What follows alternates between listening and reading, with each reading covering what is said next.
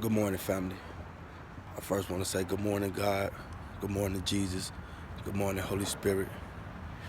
The next thing I want to say is I have to ask God for forgiveness because for the last week I've been going through a real storm, and while going through this storm, I actually forgot who God was.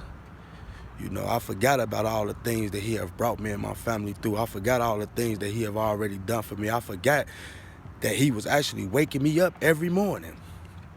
And I got burdened down you know, and got the whining and pouting and went to church last night, and God had to remind me of who He was.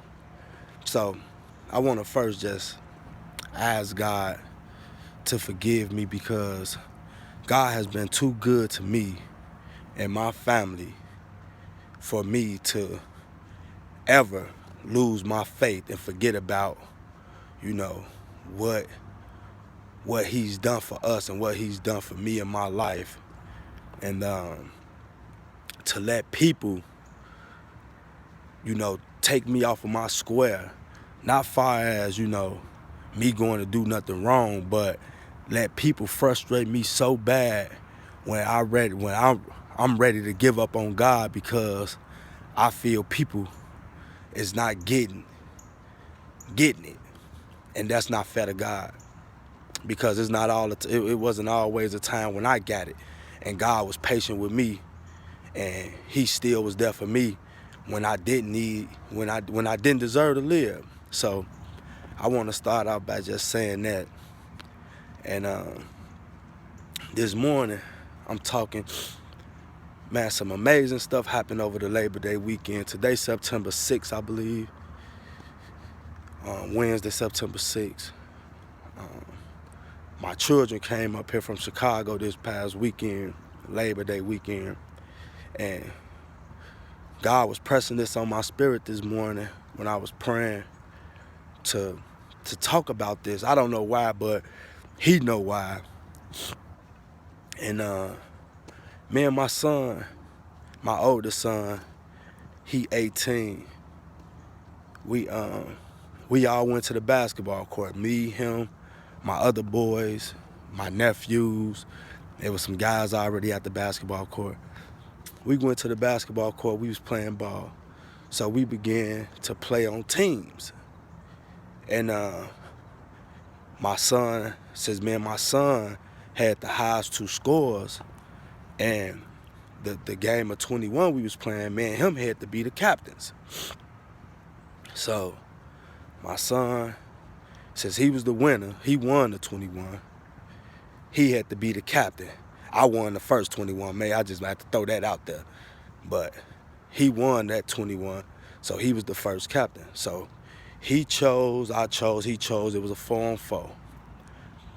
See, I learned this from a great man, a God. The team that I chose intentionally. I didn't choose the best players that was on the basketball court.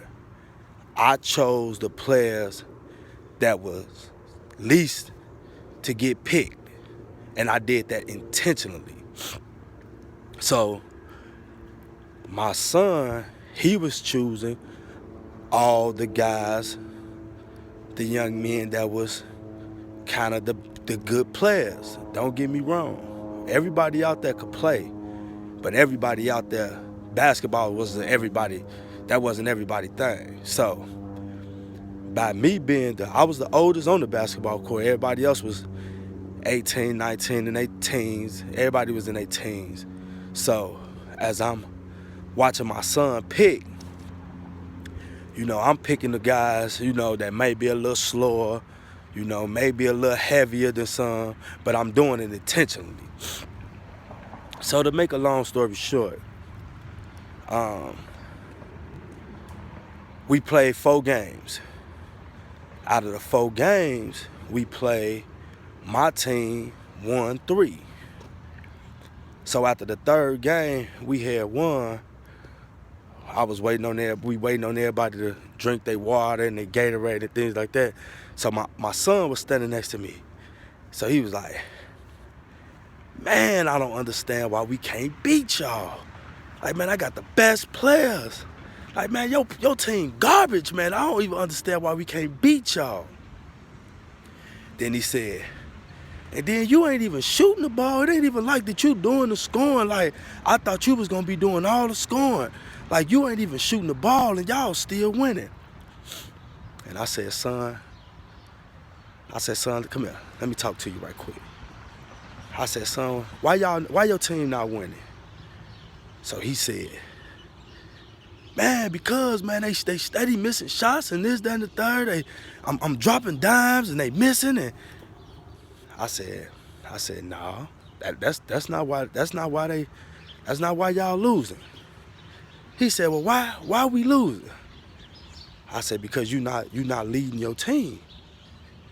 He said, what you mean I ain't leading my team, man? I'm scoring. I said, that's all you doing is scoring. I said, you see what I'm doing?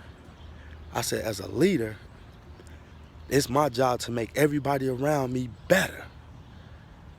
I said, it doesn't matter if I don't never score. As long as I can get my team to buy into the plan that I have for them, we gonna always win.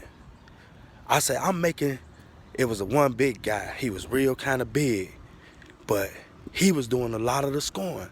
And I told him, I said, you see, big homie, I'm making Big Shawty do something he ain't even think he can do. He ain't even believe he can do.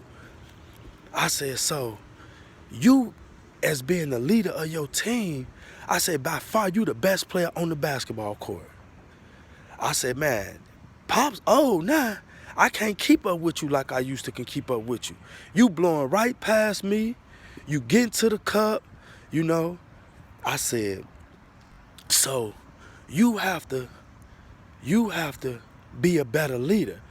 I said, leader is not always, it don't always have to score the ball. I said, man, you have to verbally communicate with your team. Get your team in the right position to win. I said, you see how I was getting these guys? You go over there, you do this, you do that, without yelling and screaming at them. And they was buying into it. And as the games went on, they began to get more and more confident in they self. And I told them, that's how we are winning. That's how we beating y'all. I said, and every time we'll go down a game or two, we'll go down a point or two, then I'll step up and hit a big time shot. Boom, put us up by 2, put us up by 1. I said, that's what a leader is for. I'm there for the crunch time. When things are starting to look bad, it's my job to pull us back out of that slump. But during the game, it's my job to make everybody around me better. So, after I told them that, we began to play the 4th game. I'm trying to go 4-0. I don't want nobody to beat me. But they won. They won the last game. And he began to talk to all the players around him. And they finally beat us.